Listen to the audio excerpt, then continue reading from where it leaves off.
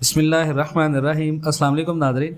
24 मार्च 2024 हमारी वीडियो का टॉपिक है प्रॉपर्टी इन्वेस्टर्स के लिए कि आईएमएफ के नए टैक्सेस के बाद पाकिस्तान में प्रॉपर्टी का अंदाज़ा माहिरीन की राय में पाकिस्तान के अंदर प्रॉपर्टी की जो इन्फॉर्मेशंस हैं वो क्या हैं। प्रॉपर्टी इन्वेस्टमेंट में पैसा लगाने से पहले ये वीडियो उन लोगों के लिए जो लोग प्रॉपर्टी के अंदर पैसा लगाते हैं और बहुत ज़्यादा इन्फॉर्मेटिव चीज़ है जी।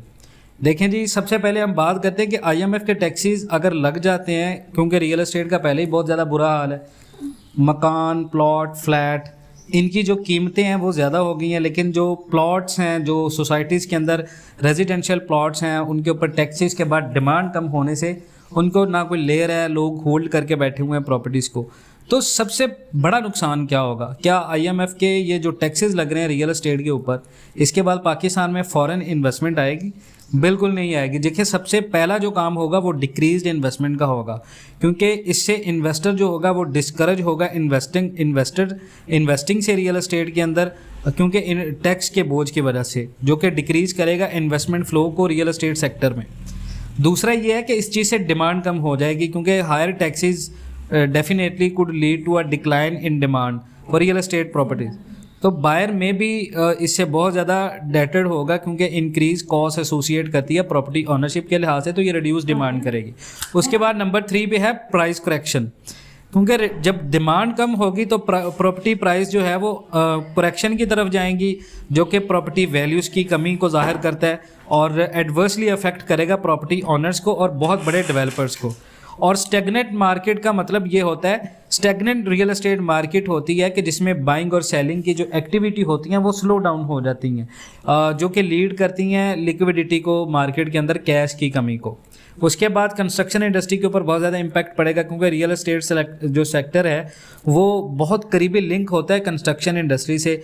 तो जब रियल एस्टेट में थोड़ी सी स्लो होती है तो इसका इम्पैक्ट कंस्ट्रक्शन कंपनीज़ के ऊपर पड़ता है, और कंस्ट्रक्शन कंपनी के ऊपर इफेक्ट पड़ने से पाकिस्तान के अंदर, आपको पता है, जब चीज़ों की डिमांड कम होगी तो पाकिस्तान की बढ़ती आबादी के साथ साथ बहुत सारी चीज़ें होंगी। लोग, क्योंकि कंस्ट्रक्शन इंडस्ट्री से रिलेटेड बहुत सारे लोगों के घर होते हैं। या पाकिस्तान के अंदर जून तक रियल एस्टेट का मुस्तकबिल क्या है?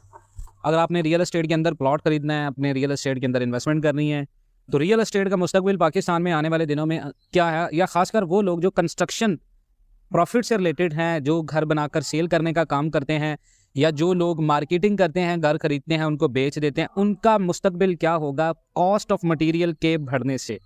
सबसे पहला सवाल ये है कि देखिए, करेंसी रेट को आपने देखना है पाकिस्तान के अंदर। अगर इस वक्त आप करेंसी रेट को देखें पाकिस्तान में, तो आपको पता है करेंसी रेट पाकिस्तान में डॉलर का जो रेट है वो करीबन मार्च अगर 2024 की बात करें वो 279 278 चल रहा है। यानी आप अप्रॉक्स इसको काउंट करेंगे 280 रुपये रेट है इस वक्त। और बाय जून जो डॉलर रेट एक्सपेक्टेड है पाकिस्तान में वो मे अप टू 320 रुपये है। सो हम इस चीज़ के ऊपर बात करें कि अगर एक्सप्लेनेशन करें एग्जांपल्स के साथ कि how expensive houses can be in Pakistan in the coming days and why. So let's break it down कि अगर आप देखें कि डॉलर रेट पाकिस्तान में बढ़ता जाता है 280 रुपये से 320 रुपये। हमने इसको सिर्फ 320 रुपये तक लिया है, हालांकि जो रिपोर्ट्स हैं वो करीबन 350-360 रुपये की हैं। स्टेबिलिटी भी आएगी पाकिस्तान में, लेकिन एक दफ़ा ये करेंसीज का होल्ड लगेगा। इट मीन्स कि पाकिस्तानी रुपया जो है वो डेप्रिशिएट करेगा अगेंस्ट किसके? यूएस डॉलर के।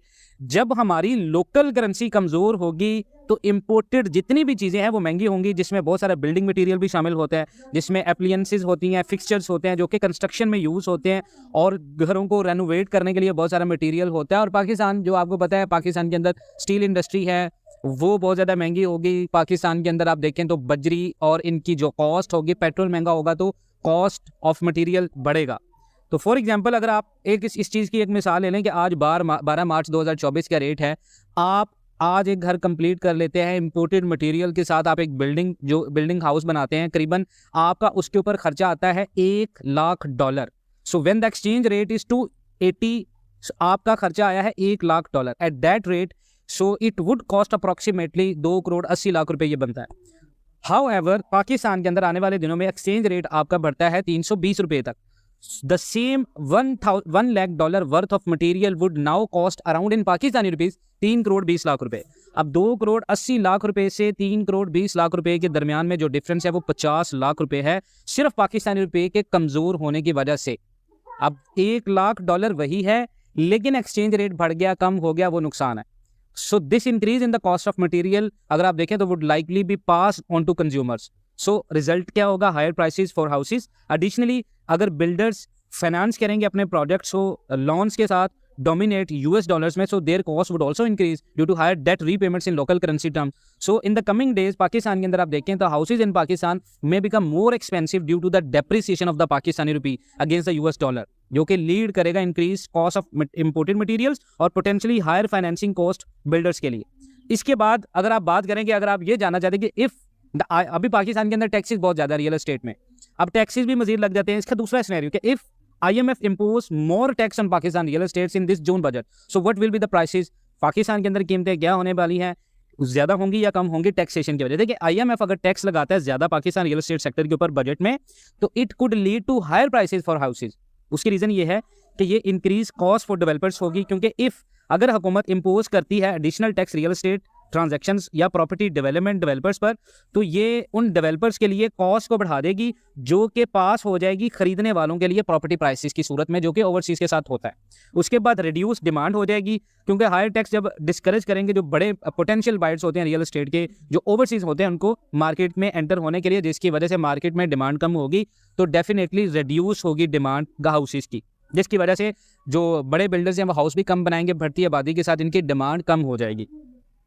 उसके बाद है मार्केट परसेप्शन और कॉन्फिडेंस के ऊपर इम्पैक्ट करता है ओवरसीज को पाकिस्तान के अंदर टैक्सेशन बहुत ज़्यादा। तो अगर आप जून तक घर बनाना चाह रहे हैं या घर लेना चाह रहे हैं, तो आप इस चीज़ को जहन में मद्देनजर रखें। मज़ीद इस तरह की अपडेट्स के लिए आप जुड़े रहें पाकिस्तान एंड वर्ल्ड टीवी के साथ। इंशाल्लाह मिलते हैं नेक्स्ट वीडियोज़ में, तब तक के लिए अल्लाह हाफ़िज़।